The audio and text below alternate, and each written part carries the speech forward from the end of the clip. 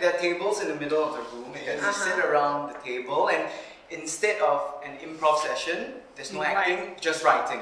So it's an improv session, but you write. So nobody's jumping around the room, or sometimes, and then furiously type.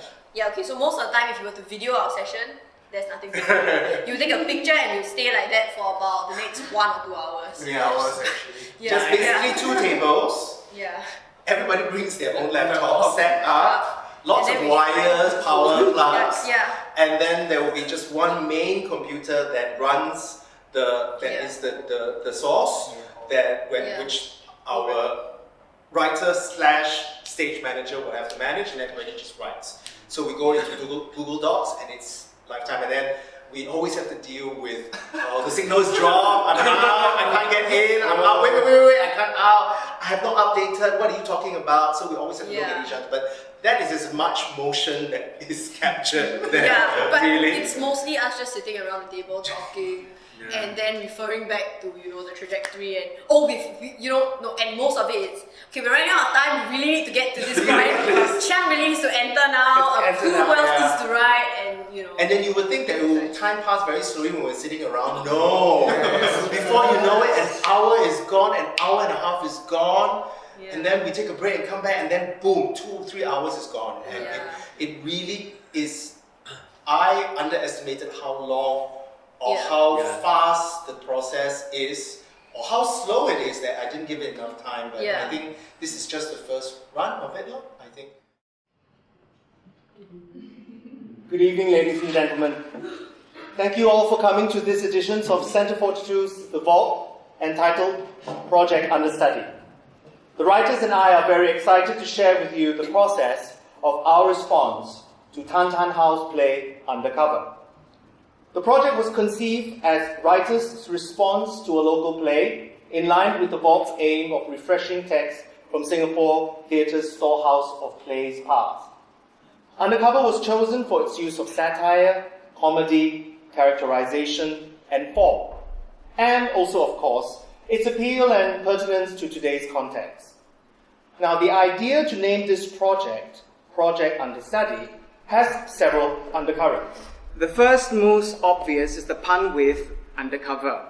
Corny perhaps, but not unuseful. What better name to call a response or sequel to Undercover than Understudy?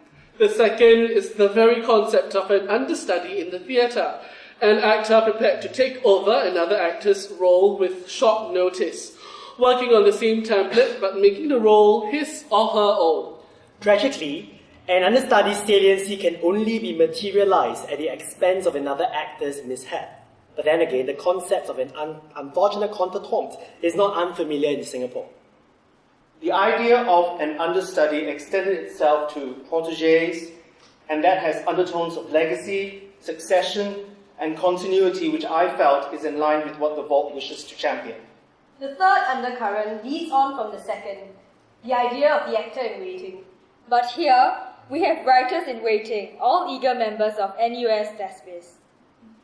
Many of us are works in progress with enthusiastic and creative voices waiting to be heard. As part of our progress while on the road to our original works, Project Understudy asked us to do a mashup or cover version, providing boundaries and restrictions to be creative and to create. Once again, boundaries and restrictions when it comes to creating in Singapore is not an alien concept to all. So this is certainly good training for us.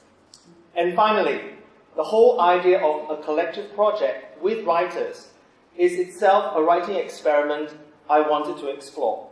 Team writing and co-writing in television and film is nothing novel. In fact, much of television is created via writing teams. But I wanted to see if writers could do what actors do when actors devise work. Can writers also devise work based on a similar methodology of actors devising? Following the same methodology, each writer is allocated a character and improvises with other writers in the same space and same time. But instead of floor work, we do table work, typing on our terminals. And I function as an editor in place of a director, and I set templates, work plans, and limits. Every writer does their respective research on their characters and shapes their own character's voice and history. Having Undercover as a base gave the process focus. The premise of Understudy is that Chiang, now a dissident artist in exile, is being awarded the Cultural Medallion. I had decided to track the lives of 4 characters from Tan Tarn House work.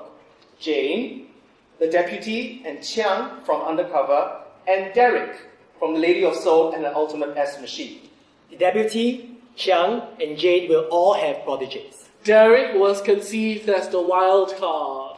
During our first meeting, we were briefed on the boundaries and the demands of the project and given the option to back out if we wanted to. Obviously, none of us did. Then we were given the chance to choose our characters. I chose Chiang. I chose Sophie, Chiang's protege. I chose Jane.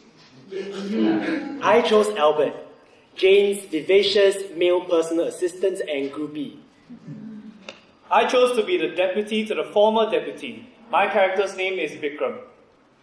I chose Derek, who has reinvented himself as a media mogul. And I picked the character that was left. The former Deputy of Intelligence in Undercover, who has reinvented himself as the Director of the Institute of Public Consensus.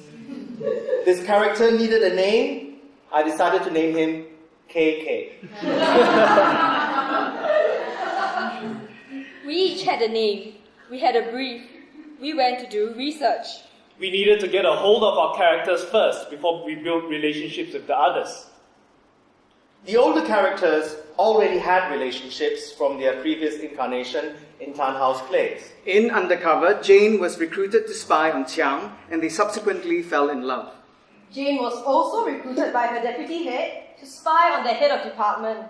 She subsequently double-crosses the deputy. And that deputy is now KK. Derek was conceived as a common friend of both Chiang and Jane. The understudies had to start from scratch, so we built extensive character profiles. For 3 months, we would meet once, sometimes 3 times a week to write.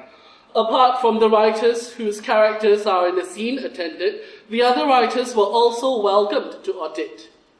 I had a larger game plan in my mind, but I did not reveal it early on as I did not want to over-determine the process. We were given short briefs and synopses for each scene we were to write together. The condition is that we must be in the same space and same time, like actors devising. The immediate and embodied process helped very much in the creating and in the improvising. Suddenly, we were producing things we didn't think we would or planned.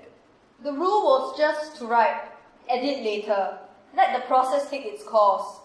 And after a few sessions, I realized that the writers have maintained a firm grip on their characters.